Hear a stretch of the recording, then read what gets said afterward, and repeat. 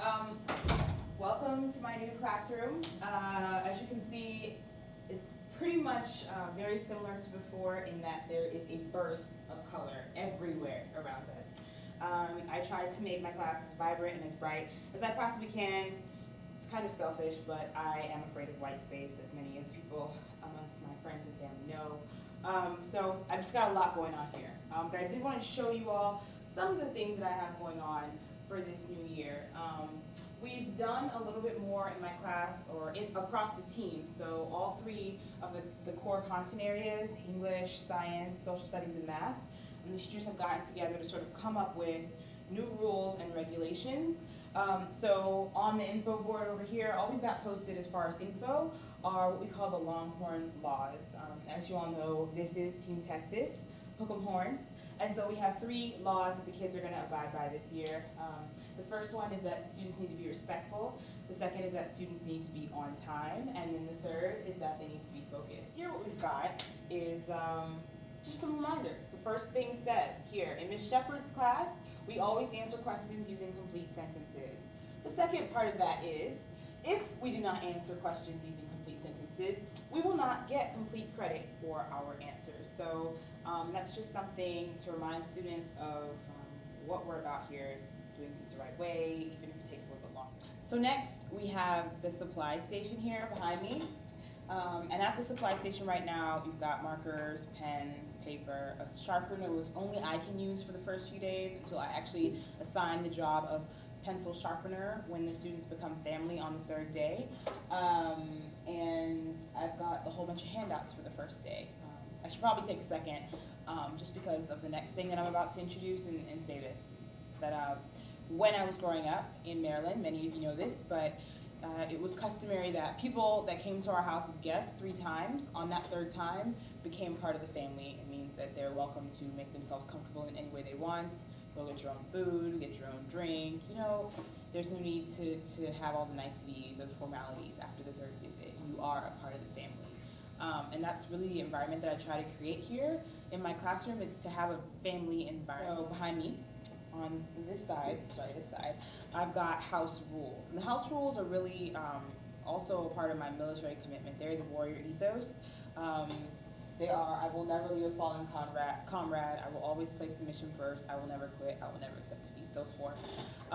Not in that order. But they're there so that students know and understand that those are the expectations that I have of them in this house, my house. So we have our Longhorn laws that kind of keep them in line in terms of where they need to be and what they need to be doing in class.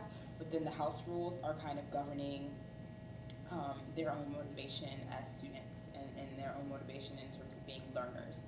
So that's this section.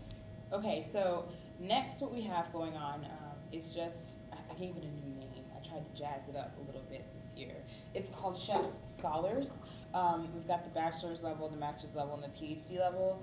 And it just really helps students motivate themselves to get a 70 or better on all the tests and quizzes.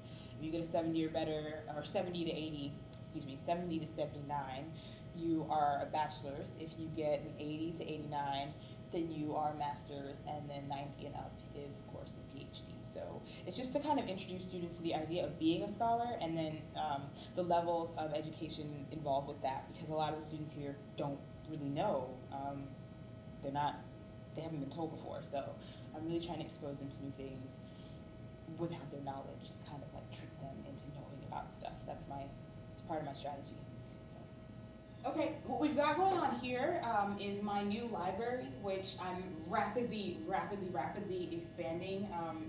You all can actually help me expand. I'm going to be posting information on my blog about how you can donate books to the students in this classroom, especially young adult literature, which is what I'm really trying to get them into, just to kind of build on a base of reading. So if anybody has any books that they would like to donate, please look for information on my blog, tfasoldier.blogspot.com. So behind me now, we have the makeup workboard.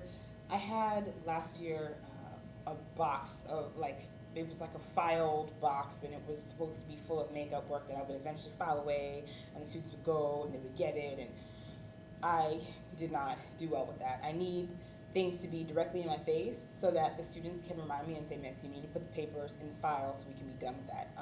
So this is a new system we're going to go ahead and try out this year, a bulletin board. I need a whole bulletin board for this. It's got all 6 weeks mapped out Monday through Friday, even if we don't have school, just so that I can kind of put the handouts and the notes from that day into the file folders, and the students can come when they've missed class and get the makeup work, or if they do the work, and they want to do work for late credit or whatever, they can take it out of the bulletin board folder. So this is the makeup work board. This is my desk. Right now it's clean. There's my calendar right here. I've got my speakers, I got my printer. I even have a little lampshade, which I think is real classy. I can't promise you all that this will look like this for the rest of the year, or even, you know, at 4:15 tomorrow, that it'll look like this, but this is how it looks now, and it's real neat, and I'm real excited about it. So, you guys remember this board from last year. I changed it up a little bit. I did put the ACU print above the title of the board, but this year, instead of being called the situation board, it is just called the situation. I have here the area where the Family Gems game used to go from last year. You all remember it was sort of an investment game. Students do the right thing, they get points. Do the wrong thing, they lose points, and those points manifest themselves in marbles or beads or gems, and they go in jars. That is a game that's for family only, so they don't get to see that game until Wednesday, and so I'm trying to build up a little bit of suspense here on what that whole thing is about. I've got a whole bunch of jobs here. I'm really excited about the jobs, and I think the kids will really get into it. I've got on the board here, I kind of separated the board toward the end of last year for the count of the points, so the students knew who was winning and who wasn't. That's also a section that says for family only right now, so they won't know until Wednesday. And then I normally put the points up on the board like for the day-to-day, and that's also a section that right now says for family only.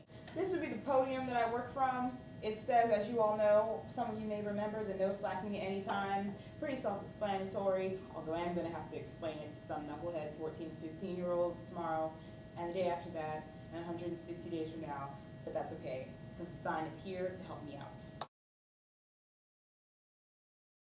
It's just going to be a really interesting year. I think there are going to be the stresses, there are going to be the ups and downs, just like normal.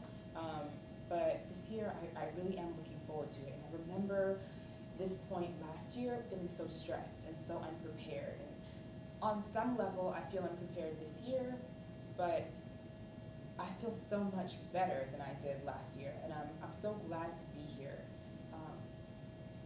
And I thank you all for your time. I hope you enjoyed the tour of my class.